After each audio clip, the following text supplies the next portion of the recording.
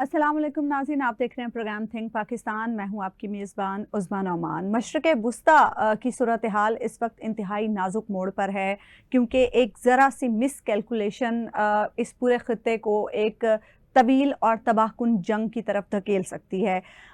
इसी सूरत हाल में हम देख रहे हैं कि ईरान और अमेरिका के दरमियान जहां एक तरफ एक दूसरे पर हमलों का सिलसिला जारी है, वहीं पर साइकोलॉजिकल वॉरफेयर भी अपने उरूज पर दिखाई देती है।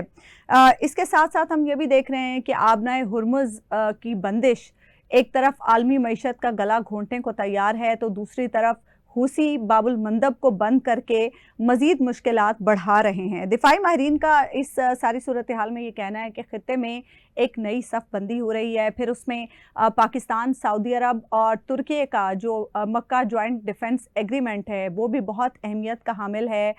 लेकिन इस सारी सूरत हाल में क्या सिचुएशन बनती है और आगे क्या होता है, इस पर आज हम गुफ्तगू करेंगे। मेरे साथ प्रोग्राम में मौजूद हैं सीनियर एनालिस्ट और माहिर बैनुल अक़वामी उमूर डॉक्टर शाज़िया अनवर चीमा साहिबा और सीनियर एनालिस्ट उज़्मा हमीद गुल साहिबा। डॉक्टर साहिबा, सबसे पहले तो आपकी जानिब आऊँगी। ईरान वॉर ऑफ एट्रिशन से अमरीका और इसराइल पर मुआशी और नफ्सियाती दबाव बढ़ाना चाहता है। आपको लगता है ये स्ट्रेटजी कामयाब होगी?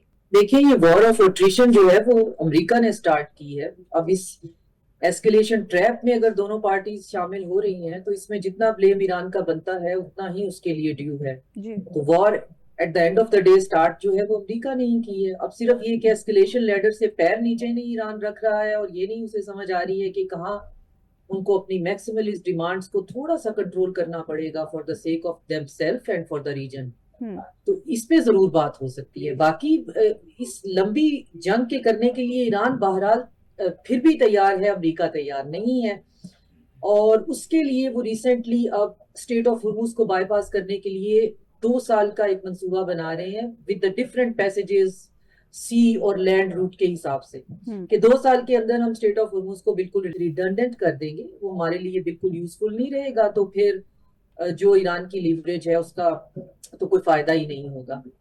तो उसमें ईरान ने अपनी डिमांड्स उसकी वजह से बहुत मैक्सिमलिस्ट कर दी हैं और इतनी मैक्सिमम डिमांड्स जो हैं अब फिर ट्रम्प को मजबूर कर सकती हैं कि वो ईरान के ऊपर एक बहुत हैवी अटैक करे। और जो कि मार्केट में मीडिया स्पेयर पे बहुत ज्यादा खबरें हैं कि मिड टर्म के बाद जो है दोबारा से एक हमले के लिए जो है तैयारी हो रही है। हमले की तैयारी तो जाहिर है, अगर हम ट्रम्प के ट्रुथ सोशल पे जाएं, शुक्र है उन्होंने उसके ऊपर सब्सक्रिप्शन लगा दी है, फ्री नहीं है।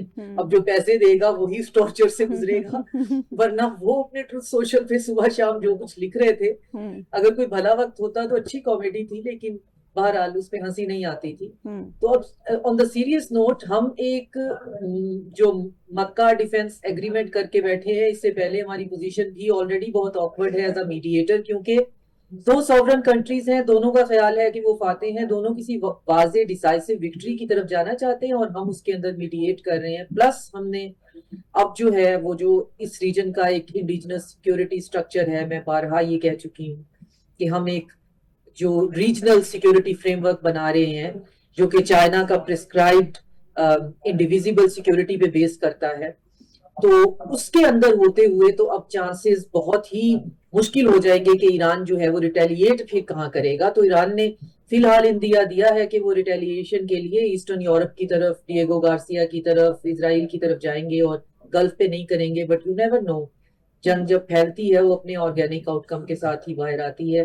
तो फिलहाल तो हम चीजों को कंसोलिडेट करने की कोशिश कर रहे हैं। मोहसिन नकवी जो है वो तेहरान में है, वहां पे सुना है कि वो स्पीकर पार्लियामेंट कालीबाफ जो है उनको इनवाइट करने गए हैं। 16 को जो है वो पुराना एमओयू एक्सपायर हो रहा है, उसको मजीद 60 दिनों के लिए उसको एक्सटेंड करना है। एक्सटेंड करने के लिए ईरान ने पुरानी 14 के अलावा 6 और शराइत दे दी हैं, जो अच्छी खासी ह्यूमिलिएटिंग है। उनकी रिटोरिक, उनकी लैंग्वेज बड़ी अजीब है कि यहाँ से जो गुजरेगा वो रेपरेशन देगा, अमेरिका का जो भी एलाई है उसे गुजरने नहीं देंगे, हम आपको इजाजत नहीं देंगे आप ईरानियों के बारे में ऐसी वैसी बात करिए। आई मीन आपको देखकर लगता है डिप्लोमेटिकली और पॉलिटिकली इसकी कोई जरूरत नहीं है और उसका कोई टेंजिबल आउटकम हमें आता हुआ दिखाई नहीं देता। ये सिर्फ ट्रम्प को छेड़ने वाली बात है। वो ऑलरेडी बेचारा केटरिंग वैन्स में छुपता फिर रहा है कि ईरानी जो है उसे मारने के लिए दौड़ रहे हैं। आपने सुना ही होगा कि नेटो समिट में he was transported to a comparatively little airplane था जो कि उसका हम्म। एयरफोर्स 1 का भी था नहीं था, जी और जी। एक केटरिंग वैन के अंदर बिठाकर उनको उसमें भेजा गया। तो पैरानोया भी उस बंदे को बहुत ज्यादा है, is also compromised in the terms of kind and cash. तो ठीक है। अब कभी कभी लगता है कि ये चीजें जो है ना, वी डोंट हैव, हाँ। like sometimes you have to say the same things 4 or 5 times on different channels and there is nothing new. We are all just waiting. We are all waiting and nothing is in our control.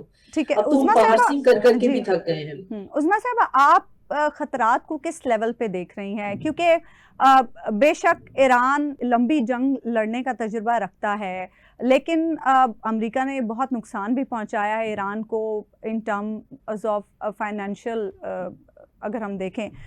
फिर उसके साथ साथ दबाव तो America पर भी बहुत है, एक तरफ सियासी दबाव है, अवामी दबाव है, दूसरी तरफ जो हम असलहे ज़खायर में कमी की मुसलसल ख़बरें सुन रहे हैं उसकी वजह से भी डेफिनेटली एक मसला तो है, क्योंकि वो जो मिसाइल्स टेक्नोलॉजी है उसको तैयार करने में भी एक लंबा अरसा चाहिए होता है। आपको क्या लग रहा है कि अब इस सिचुएशन में मामलात किसी बातचीत की तरफ, किसी मुआहदे की तरफ दोबारा जाएंगे, या फिर ये जंग ऐसे ही चलती रहेगी, कभी जंग होगी कभी आर्जी वक्फा होगा? नहीं उस्मा, असल में इसको समझने की जरूरत है कि पहले जिस तरह डॉक्टर शाजिया ने जिक्र किया कि ये जंग अमेरिका की तरफ से शुरू हुई थी, तो अगर हम बैकग्राउंड में देखें तो हमें समझ आएगी कि जंग शुरू हुई थी किसी वजह से। एक उनके खास मकासद थे ईरान में उसके टुकड़े करना, और उसके लिए उनका ख्याल था कि 3-4 दिन में ये सारा कुछ हम अचीव कर लेंगे, क्योंकि जिस तरीके से पॉपुलर सेंटिमेंट उनको गलत, उनकी मेरा ख्याल इंटेलिजेंस की रिपोर्ट्स तो जाहिर है गलत ही थी, मगर जो इजराइल ने भी उनको गलत रिपोर्ट दी, तो जिसकी वजह से वो एक गलत कैलकुलेशन पे उन्होंने तमाम एक्शंस किए, होपिंग के with in 48 hours ayatollah Ali Khamenei को मार के, और पता नहीं क्या कुछ हो जाएगा, लोग वहां चढ़ दौड़ेंगे। तो जब तक कोई पॉपुलर मूवमेंट नहीं होती तो इस किस्म के काम हमेशा काउंटर प्रोडक्टिव होते हैं। तो हैविंग सेड दैट, एक चीज और भी उनसे मिस आउट हो गई कि उनको जो रेजिलियंस थी ईरानी कौम की, उनकी सिविलाइजेशन, उनकी पुराना तरीका, इन्वेडर के खिलाफ उनका एटीट्यूड एंड जीरो टॉलरेंस के भी किसी भी इन्वेडर के खिलाफ इकट्ठे हो जाते हैं। एंड देन 47 इयर्स की कंटिन्यूस एक उनको badgering and they were pushed against the wall, उनको हर तरह से पूरी दुनिया ने मिलकर सैंक्शन किए रखा और खाने बहाने से दबाए रखा। तो वो जो रेजिलियंस थी उसको वो मिसकैलकुलेट कर गए। और फिर सबसे बड़ा किरदार तो सैयद अली खामनेई की शहादत ने अदा किया ना, जो इट सेट अप बेसिकली, जो हम तो कहेंगे इमाम हुसैन के उन्होंने नक्शे कदम पे चलते हुए दिखाया कि पूरी फैमिली की कुर्बानी दे दी, which is a very big thing किसी भी लीडर के लिए। दुनिया में आज कोई भी ऐसा नहीं करता। जो उन्होंने किया वो वाकई एक अजीब व गरीब वाकया है, और मतलब हिस्ट्री में याद रखा जाएगा।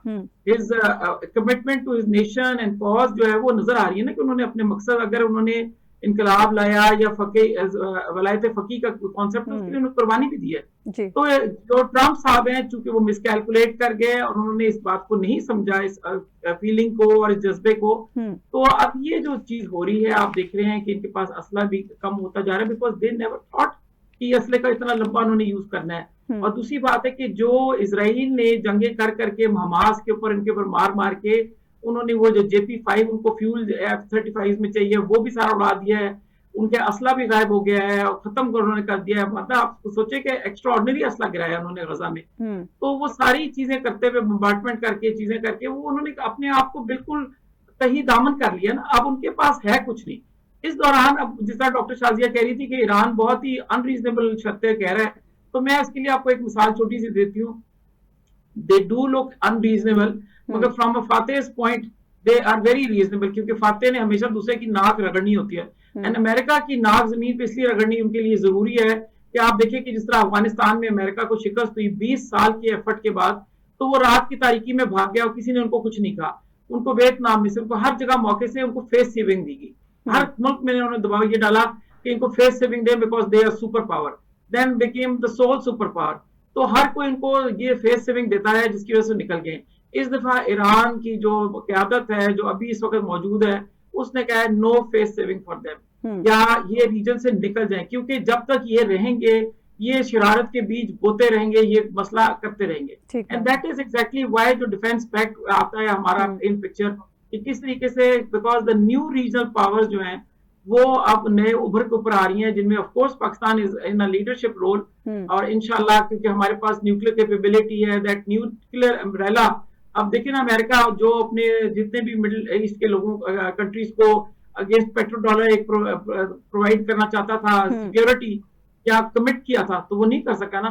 तो अब पाकिस्तान की न्यूक्लियर अम्ब्रेला के तहत नीचे सब आना चाहते हैं। हर कोई अपनी अपनी खूबियों के साथ, जिनकी अपनी अपनी जो भी स्ट्रेंथ्स हैं उनके साथ वो आगे इकट्ठे होके जमा होके एक नई रीजनल अपनी ताकत बनाएंगे इंशाल्लाह। और अमेरिका को यहाँ से जाना पड़ेगा, नॉट बिकॉज के सिर्फ ईरान की जंग है, मगर because they fail to do their job. Iran से जंग की बात नहीं थी, उन्होंने जो कमिटमेंट की थी वो नहीं पूरी की। हाँ, सिक्योरिटी प्रोवाइड नहीं कर सके। अच्छा डॉक्टर साहब, सिक्योरिटी प्रोवाइडर्स, जी जी जी, अच्छा डॉक्टर साहब, 7 अगस्त को मक्का जॉइंट डिफेंस एग्रीमेंट होता है और 9 अगस्त को हूसियों ने सऊदी अरब में अरामको में जजान रिफाइनरी पर हमला किया और उसके बाद फिर गुज़श्ता रोज़ बहेरा अहमर में एक मिस्री जहाज को निशाना बनाया। क्या वाटर टेस्टिंग कर रहे हैं हूसी, और डू यू थिंक कि इसके नतीजे में कोई मजीद इस पर रद्द अमल आ सकता है? क्योंकि अभी तक हमने देखा जो पहला भी हमला किया हूसियों ने, उसके बाद डेफिनेटली अब डिफेंस पैक्ट हो चुका है, तो किसी किस्म का कोई रद्द अमल आना चाहिए था, लेकिन नहीं आया। देखिए, डिफेंस पैक्ट की कोई भी क्लॉज अभी हमारे पास नहीं है, उसको पब्लिक नहीं किया गया है। हमारे पास उसके प्रेसर्स हैं जिसमें हमें मोटी मोटी 3-4 बातें बता दी गई हैं, और फिर हम जैसे लोग जो उसको काफी सालों से थिंक टैंक्स फॉलो कर रहे हैं कि कोई खिचड़ी पक रही है। क्योंकि 2012 में बाओ इंस्टीट्यूशन ऑफ एशिया स्टडी में प्रेसिडेंट शी जिनपिंग ने जो new security structure for global south और उसके बाद ब्रॉडर वर्ल्ड के लिए 2012 में दिया था जी। तो जब आप वहां से फॉलो कर रहे होते हैं तो आपको लग रहा होता है कि कुछ ना कुछ रीजन के अंदर होना है, किसी ना किसी तरीके से, बड़ा सटल तरीके से होना है। खैर बात बहुत, हमारे पास इतना टाइम नहीं होगा। तो ये जो सिक्योरिटी पैक्ट है, ये बुनियादी तौर पे ग्लोबल साउथ का एक रीजनल, हम इसको जब तक ये नहीं समझेंगे हमें नहीं समझ में आएगी। फिर सवाल होते रहेंगे क्या ये अमेरिका को रिप्लेस करने वाला है? तीनों के ट्रांजैक्शनल रिलेशन अमेरिका से बहुत अच्छे हैं, तो ये सवाल आपको सोशल मीडिया पे बहुत नजर आएगा कि अमेरिका खुद तो जा रहा है तो अपने सब्स्टिट्यूट बिठा के जा रहा है। फिर दूसरा होगा कि क्या ये ईरान के खिलाफ है, और तीसरा होगा कि अगर सऊदी अरेबिया के ऊपर अंसारुल्लाह या यमनी हुसी अटैक करते हैं तो फिर पाकिस्तान के लिए क्या हुक्म है? देखिए, हमारे पास सबसे बड़ी मिसाल है आर्टिकल 5 नेटो की। तो उसके बारे में भी ये कहते हैं एक पे हमला जो है वो बाकी सब पे हमला है, लेकिन अगर आप उसकी क्लॉजेस को पढ़े तो उसके अंदर बहुत ज्यादा मार्जिन है। अच्छा। कि पार्लियामेंट में डिसाइड होगा कि जंग में शामिल होना है, अगर आपके पास कोई पेंडेमिक की सूरत हाल है तो, टेक टू जीडीपी रेशो है तो उसमें तो और बट और इफ इतने ज्यादा हैं कि आर्टिकल 5 भी कोई 100% गारंटी नहीं है। अच्छा। और ये जो एग्रीमेंट हुआ है जिसके बारे में कहा जा रहा है कैटेगोरिकली, जो भी प्रेस रिलीजेस जो है वो आती हैं एकेडेमिया के पास, आप लोगों के पास भी आती होंगी, मिनिस्ट्री ऑफ इंफॉर्मेशन से और खासतौर पे फॉरेन ऑफिस से जी। तो 4-5 बातों के बारे में बहुत जोर है कि जी इसे इस्लामिक नेटो मत कहिए, ये ऑफेंसिव नहीं है, ये डिफेंसिव है, इसके बैकस्टॉप पे कोई न्यूक्लियर चीज नहीं है। और बाकी फिर आपको ढूंढना पड़ता है कि तैयब अर्दोआन ने अपने ट्रूथ सोशल पे लिखा कि जी ये यूनाइटेड नेशन के चार्टर्स पे बेस करती हुई एक फ्रेमवर्क है, ये दहशतगर्दों के खिलाफ है, और अगेन ये ईरान के खिलाफ नहीं। अब इन सारी बातों को अगर हम इकट्ठा मिलाएं तो हमें अभी भी नहीं पता कि इसमें आर्टिकल 5 टाइप की कोई चीज है भी या नहीं, और अगर है तो फिर उसको डील कैसे करना है। तो मेरा नहीं ख्याल कि इस रीजन के सिक्योरिटी अरेंजमेंट जिसके बारे में कहा जा रहा है कि जिसका पर्पस ही एक डिटरेंस को डिटरमिन करने के बाद फिर मीडिएशन और कंसल्टेशन से प्रॉब्लम सॉल्व करने हैं, क्योंकि हमारे रीजनल प्रॉब्लम, खासतौर पे पॉलिटिकल प्रॉब्लम्स जो हैं बायलैटरल, वो इस रीजन के इतने लेयर्ड हैं कि वो जंगों से हासिल ही नहीं हो सकते, वो हल नहीं हो सकते। अच्छा। जंगों से क्या, ईरान का मसला आप अगले 10 साल ये जंग लगा के बैठे रहे, नहीं हल होगा, नहीं हल हो सकता। फलस्तीन का मसला पिछले 40 साल से जो है हम बैठे हुए हैं, नहीं हल हो रहा। तो बाज मसले की अंसारुल्लाह, ये यमन का मसला भी इतना ही कॉम्प्लिकेटेड है। 3 फ्रैक्शन है उसके अंदर, नॉर्थ यमन है, साउथ यमन है। साउथ सदर्न यमन की जो रेजिस्टेंस फोर्स है उसको यूएई बैक करता है, नॉर्थ की जो सना की गवर्नमेंट है उसे सऊदी अरेबिया बैक करता है। अंसारुल्लाह उसके अंदर, जिन्हें होसी कहते हैं, वो एक थर्ड फ्रैक्शन है, और आपस में इनकी टसल आपस में भी बहुत ज्यादा है। ये नहीं कि सिर्फ सऊदी अरेबिया से, आपस में भी इनका प्रॉब्लम है। तो ये एक पार्टी जो है यूएई यमन के 2 टुकड़े करना चाहती है, सऊदी अरेबिया इसको एक पीस में रखना चाहता है, अंसारुल्लाह इसके ऊपर पूरे के ऊपर कब्जा करना चाहता है। ठीक है। तो आपके सवाल का आप जिस तरफ इशारा कर रही थी कि क्या पाकिस्तान इसमें कूद पड़ेगा, मेरा नहीं ख्याल। पाकिस्तान अच्छा। का पिछला कम से कम 40 से 50 साल का तजर्बा है हमारा अमरीकियों के साथ डील करने का, वॉर ऑन टेरर का।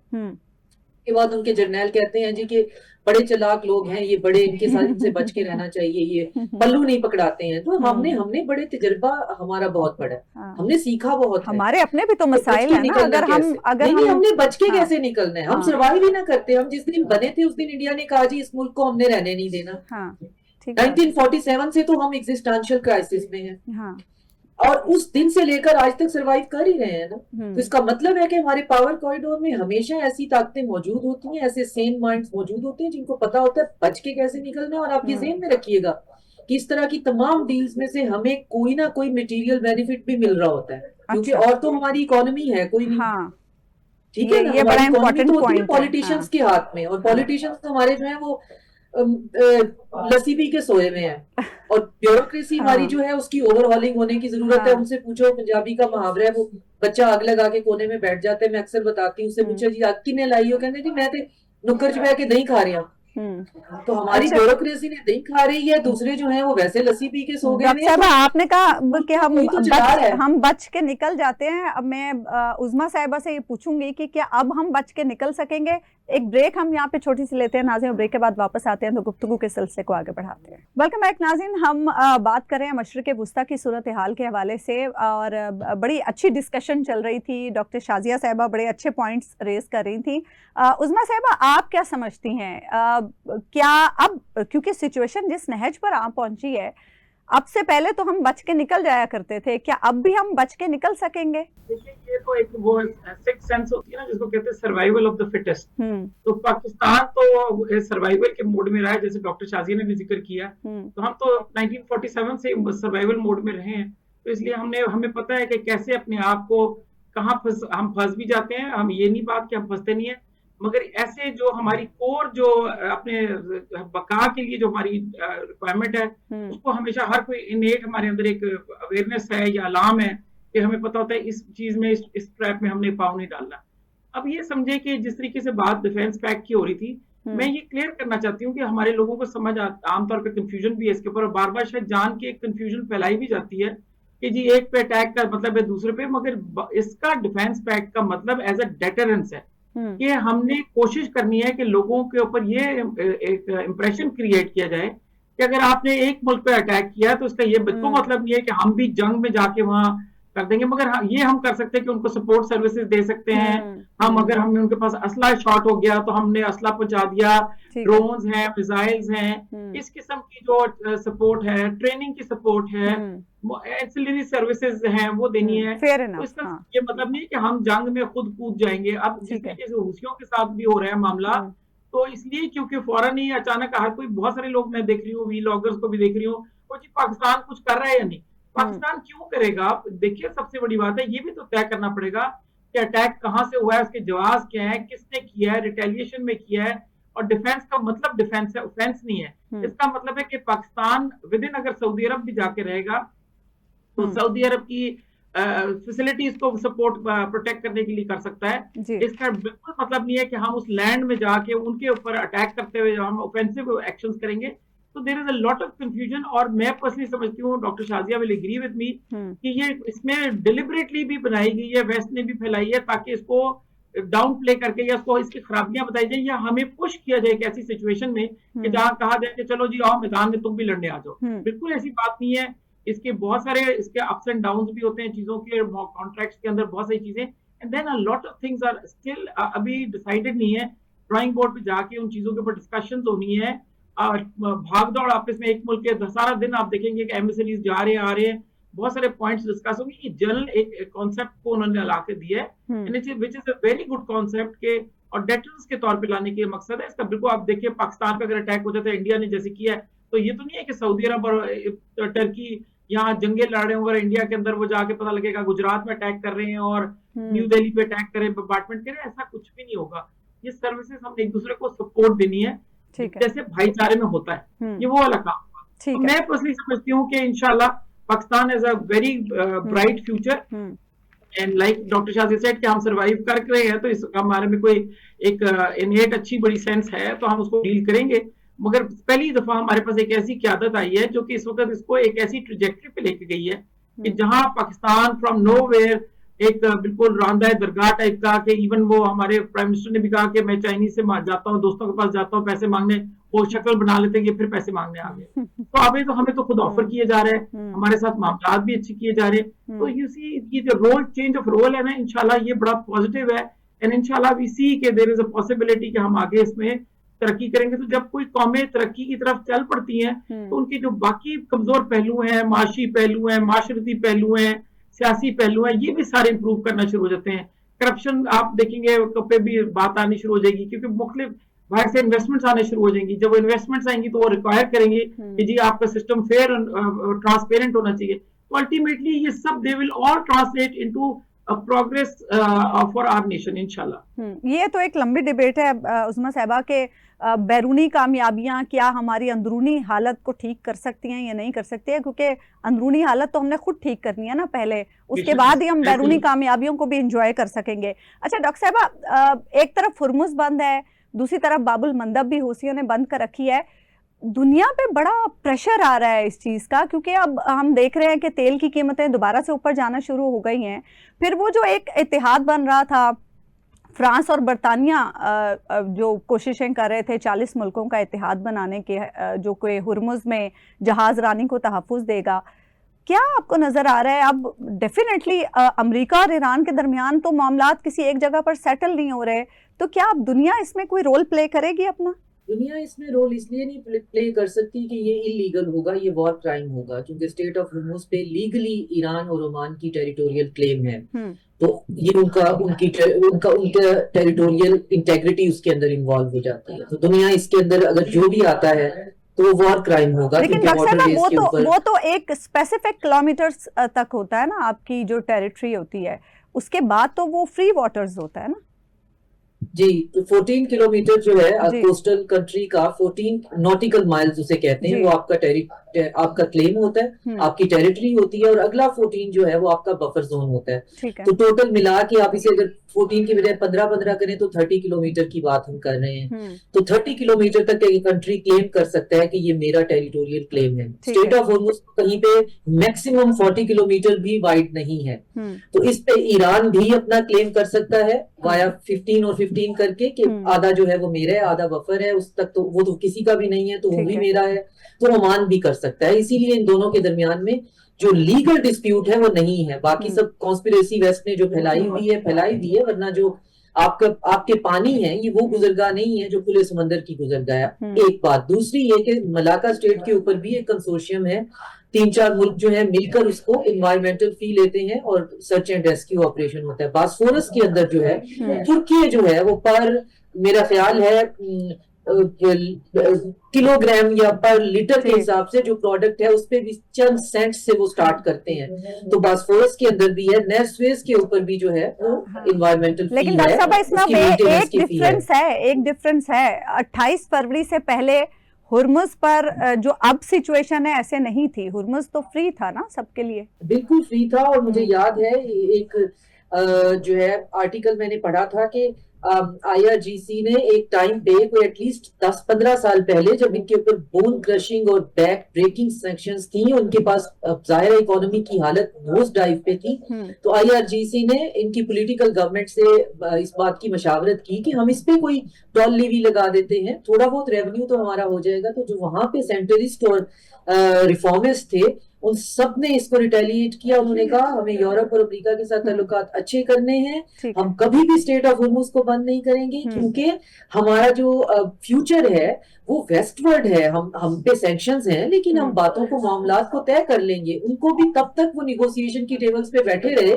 जब तक कि उन पे लास्ट टाइम पे अटैक नहीं हो गया, जब वो मस्कत पे बात करके उठे थे, जिसपे मस्कत के वजीर खारजा ने अगले दिन कहा भी था कि बात जो है वो किसी नतीजे पे भी पहुंच रही थी। लेकिन अगेन जब आपने एक मुल्क का एक फ्यूचर सोच लिया है कि आपने चाइना को कंटेन करने के लिए उसको अपना कोलैटरल बनाना ही बनाना है, और फिर इजराइल के ऑब्जेक्टिव्स में आपने उसको एक सिंगल पीस में नहीं रखना, वो आपको फंक्शनल नहीं चाहिए है, तो वो ऑब्जेक्टिव अचीव होते हैं या नहीं होते हैं, खुदा ना खास्ता नहीं होने चाहिए। लेकिन जो ईरान की इस वक्त जो एक कॉन्फिडेंस है वो बहुत फ्राइटनिंग है, वो टेरिफाइंग है। अच्छा। क्योंकि ठीक है आपके मिसाइल सिटी ग्रेनाइट की पहाड़ियों के नीचे है, लेकिन एक गिरती हुई एम्पायर जो है ना, गिरती हुई कल की एम्पायर जो एक दीवार है, वो गिरते गिरते भी हजारों जाने ले जाएगी।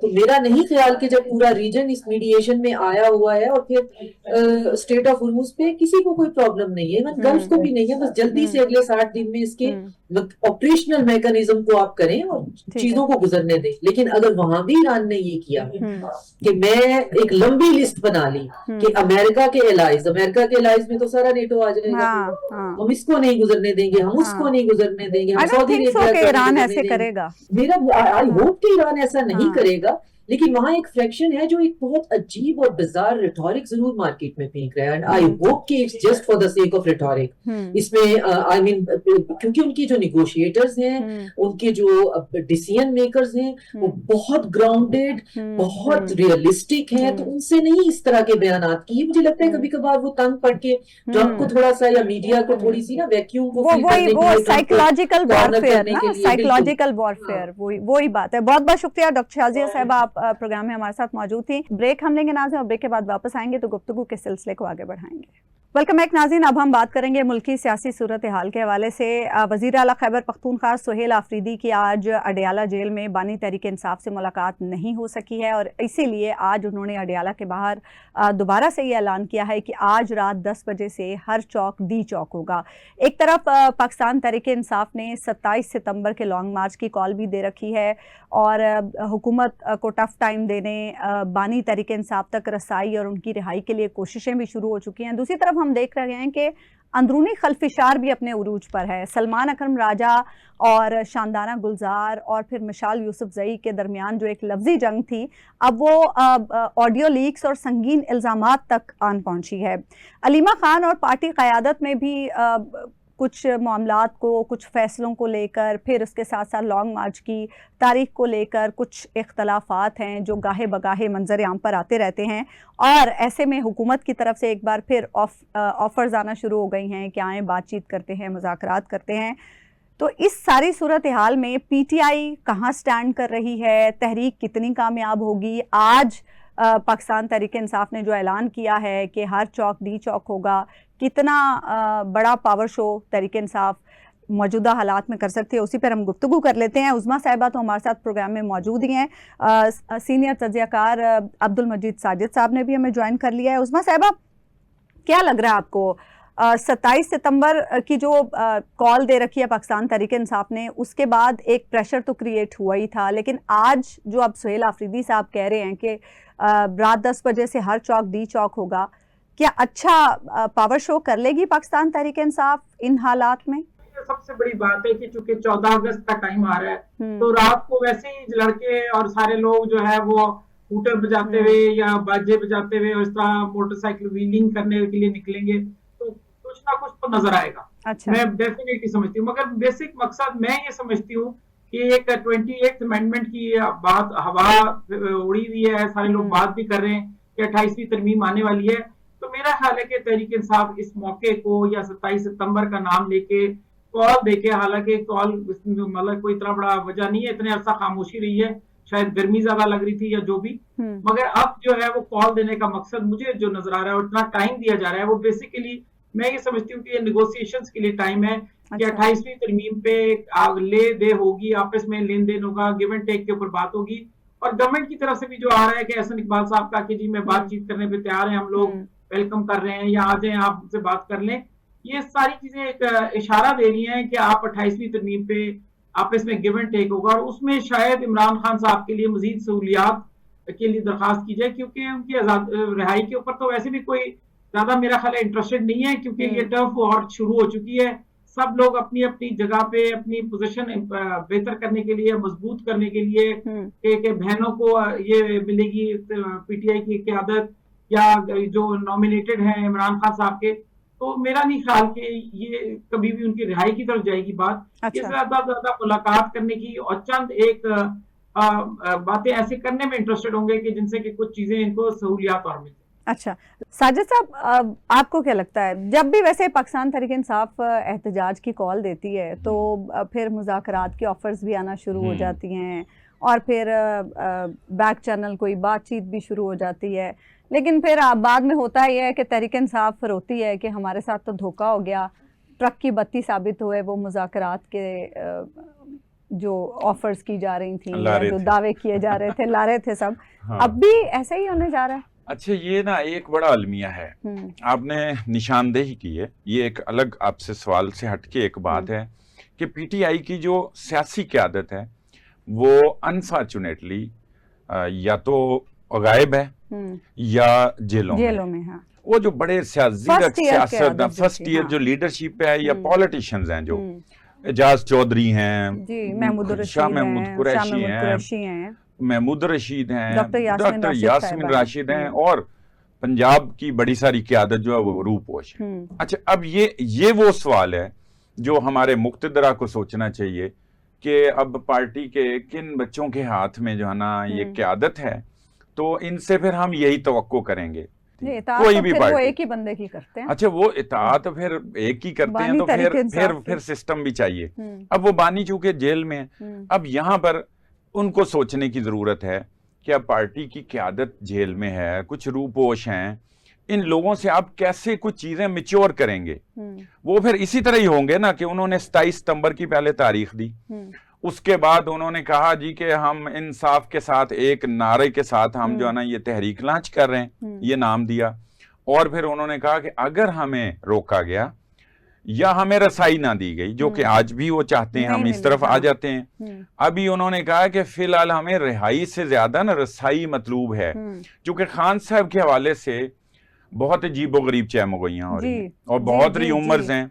ये पिछली बार भी अगर आपको याद हो, इंडियन चैनल्स ने क्या क्या वो तो चला दिया था। वो तो चलाते हैं, कुछ हम मौका नहीं देते हैं। फिर उसके बाद एक बहन की मुलाकात कराई और इन सारी चहमगोइयों का खात्मा हुआ। मेरे ख्याल से अभी भी मुलाकात करा दें। चले हम इस तरफ आ जाते हैं, मुलाकात करा दें ये तमाम चहमगोइयां। और वो जो कल्ट है ना पीटीआई का, देखें वो ये मैंने पीरी मुरीदी की जो बात की ना, फिर इसको आप इंग्लिश में कल्ट कह लें, चलें ठीक है। ये भी होता है, फिर लोगों की शख्सी मोहब्बत में लोग गिरफ्तार होते हैं, उनकी शख्सियत का सहर होता है, जैसे इमरान खान का है। लेकिन आप दूसरी अच्छा, तरफ चले गए। मैंने तो आपसे पूछा है कि धोखा भी होना है। नहीं, धोखा भी होगा, वो भी बताता हूँ मैं, लेकिन जो कल्ट के नतायज है ना वो भी यही होने, लिहाजा हम उस तरफ आते हैं कि मुलाकात करा देनी चाहिए। हम जब कल को भी कहेंगे, जब ये निकलेंगे, हम इंतजार करेंगे, पूरी हाइप क्रिएट करेंगे, हम कहेंगे कि अच्छा जी आप यहाँ संगजानी जो वो है मुआशी मंडी, यहाँ रुक जाएं 26 नंबर चुंगी पे। वो नहीं रुकेंगे, वो मॉब होगा। फिर मैं 26 नवंबर की बात करूं, ठीक है, फिर अल्लाह ना करे। तो हम इन चीजों से खुद भी बचे ना। हम कहते हैं उनसे कि आप ये ना करें, तो हम खुद भी तवक्को रखें, अमलन भी कुछ करें। अमलन उनसे भी तवक्को रखते हैं, तो अमलन भी कुछ करें खुद भी। तो अगर मुलाकात हो जाती है तो मैं आपको बताऊं कि एक तो वो जो वजाहत सईद खान ने जो बोंगी मारी है, इतनी बड़ी बोंगी मारी है उसको, इंडियन मीडिया ने उसको उठा के, उसके नतीजे में एक बंदा तो अल्लाह को ही प्यारा हो गया और एक जख्मी है। 2 लोग थे वो मोटरसाइकिल पे, और जवान भी 2-3 जख्मी हैं। एक की तो हालत ज्यादा तशवीशनाक है। ये भी ना होता भाई, ये आप मुलाकात करा देना। आप किसी बहन को कह दें कि वो मुलाकात करें। आप कहते हैं कि अलीमा खान ना जाएं, वो जाती हैं, मैं पिछली फिर नौरीन साहिबा चली जाएं। आप कहते हैं डॉक्टर उज़मा जाएं। अच्छा जी, उन्होंने भी आके सियासी बात कर दी, गुफ्तगू कर दी, प्रेस कॉन्फ्रेंस कर दी। अब वो सारा कुछ कह रहे हैं। नहीं, आप साथ ये कि आप पॉलिटिकली जो है ना डायलॉग जिसकी आप बात इस मौके पर करते हैं, इसको आप वैसे मुस्तकिल तौर पे चलाएं, इन्हीं से बात करें और कोई रास्ता निकालें ताकि ये जो क्योस है ये कम हो। तो जब र्यूमर्स, अफवाहें, चहमगोइयां और गलत किस्म की बातें इस हद तक कि जी वो उन्होंने कह दिया कि बस हमें नहीं रहे खान साहब, ये जो इस सतह पे है ना, मैं समझता हूँ ये भी हमारी पॉलिसी की एक खामी है कि यहाँ तक चीजें आ गई हैं। तो मुलाकात कराने से भी यही होगा कि इत्मीनान हो जाएगा। हाँ। हर चौक डी चौक नहीं बनेगा, हाँ। अफरा तफरी नहीं पैदा होगी। दूसरी तरफ पीटीआई के ना वक्त का जो इंतखाब है ना वो गलत होता है। अच्छा पीटीआई क्या करती है, देर की उन्होंने तारीख दी, 14 अगस्त, पिछली 14 अगस्त भी मुझे याद है, मुझे पिछली 5 अगस्त भी याद है, इन्हीं मौकों पे एहतजाज हुआ था। आप तारीख निकाल के देखें। अच्छा 5 अगस्त हमारे यौम स्याह होता है, हम जरा मुल्क की जो हमारे मकासिद हैं और मुल्क के साथ जो अपने मोहब्बत का जो इजहार करना होता है जिस मौके पे भी हो, तो आप वो करें। उसी मौके पे ये एहतजाज हुए हैं। आज 14 अगस्त शुरू हो जानी है रात को। उज़्मा साहिबा ने निशानदेही की है कि चूंकि मॉब होना है, बाजे भुजले के लोगों ने निकलना है, सलेंसर निकाल के मोटरसाइकिलों के वो निकलने हैं, शोर शराबा होना है, वो मेला खुद ही मेला लग जाना है। ठीक है। या तो ये फिर इसलिए लगाते हैं कि ये मौका होता है कि मॉब निकला होता है तो हमारा एक अच्छा शो बन जाए। या ये वजह है। या फिर ये जो इंतखाब ये दिन करते हैं वो कहते हैं कि हम भाई हमारी आजादी तब होगी जब खान साहब आजाद होंगे, जब वो बाहर होंगे, ये मैसेज देते हैं। अच्छा 5 अगस्त का भी सेम यही मामला होता है। ये जो इस तरह के जो डेज है ना उनसे हटके कोई इंतखाब करें ताकि आपकी कोई बात भी हो, ये शोर शराबे की जद में सारा कुछ ना चला जाए। अच्छा उज़्मा साहिबा, आपको क्या लगता है पिछली 2 तहरीकें जो गंडापुर साहब ने चलाई उनमें और अब ये जो 27 सितंबर की तहरीक सुहेल आफरीदी साहब चलाने जा रहे हैं, कोई फर्क होगा या वैसे ही जैसे गंडापुर साहब ने 2 नाकाम तहरीकें चलाई वैसे ही ये भी होगी? देखिए असल बात मैं आपको बताऊं कि कोई भी तहरीक कामयाब और कामयाबी और नाकामी के पीछे जो है ना क़यादत का बहुत ही अहम किरदार होता है। यानी कि मैं फौजी की बेटी हूँ, मैंने तो यही सीखा कि फौज में कि आपको जब तक आप महाज जंग पर खुद नहीं खड़े होते तो आप उसको कैसे लेके चलते हैं। अब इमरान खान साहब चूंकि जेल में हैं तो इसका लिए जरूरी है कि वो अगर किसी से बात भी करते हैं तो वो एक बात तो करें। प्रॉब्लम क्या है कि वो अगर सुहेल आफरीदी साहब मिले तो उनको कुछ और पैगाम दे देते हैं, बहन को कुछ और कहते हैं, बैरिस्टर गौहर साहब को कुछ और बताते हैं।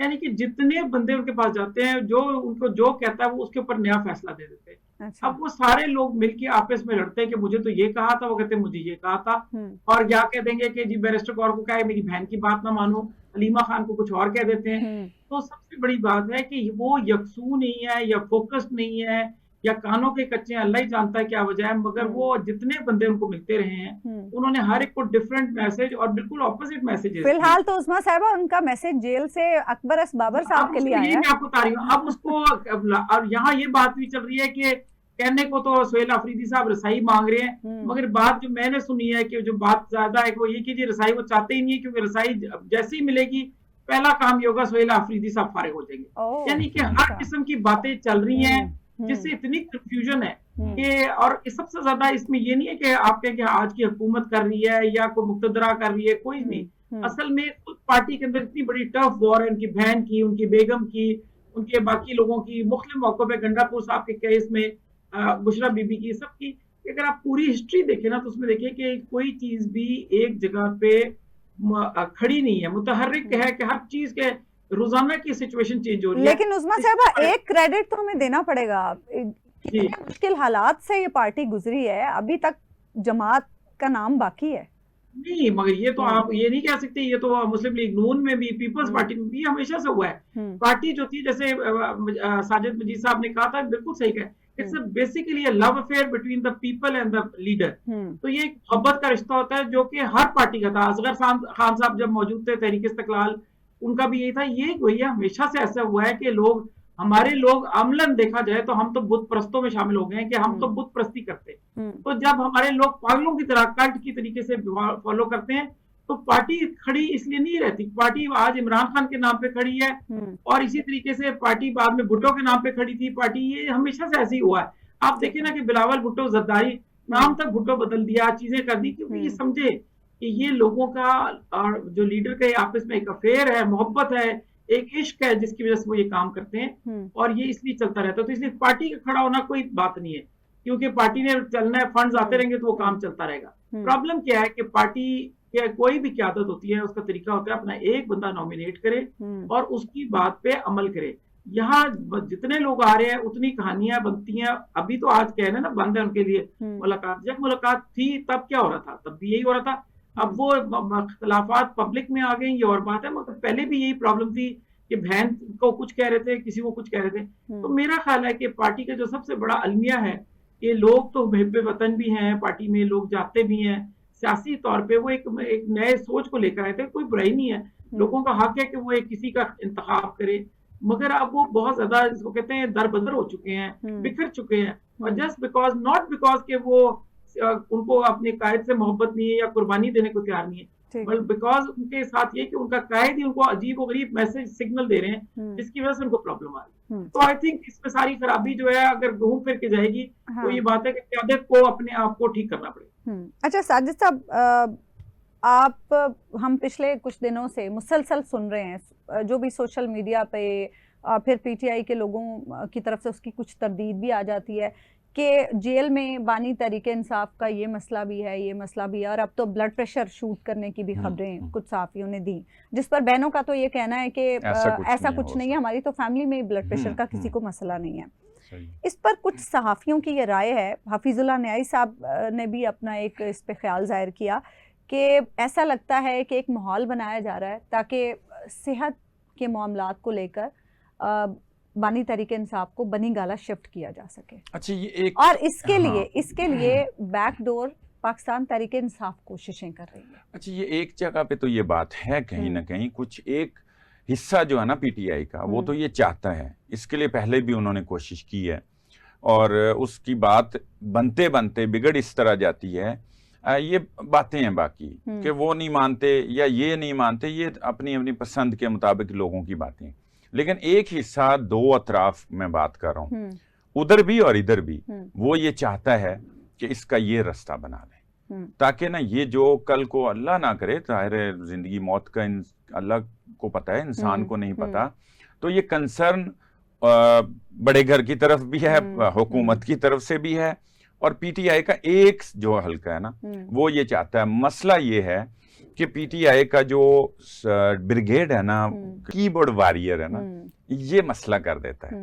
ये करीब करीब 2-3 दफा, ये सबको ही पता है, खैर इसकी बहस में नहीं जाते, आ गई थी ये चीजें, और उसके बाद नहीं हो सकी। मतलब बुशरा बीबी ने भी ये कोशिश की है, उन्हें भी रिहा किया गया कि ये वो कोशिश करेंगे ताकि ये जो हॉट वाटर्स है ना, ये मतलब जरा थोड़े से नॉर्मल हों, और इस तरह की कॉलें भी आ जाती हैं, फिर वापस भी हो जाती हैं, बड़े सारे मिसहैप भी हुए 26 नवंबर टाइप भी, तो 27 नवंबर की तारीख देने का मकसद तो यही है, 27 सितंबर का, कि ये इस दौरान ये चीजें सेटल हो जाएं। बहुत बहुत शुक्रिया उज़्मा हमीद गुल साहब, आप हमारे साथ प्रोग्राम में मौजूद थी। प्रोग्राम का वक्त खत्म हुआ, हमें इजाजत दीजिए, अल्लाह ने के बाद।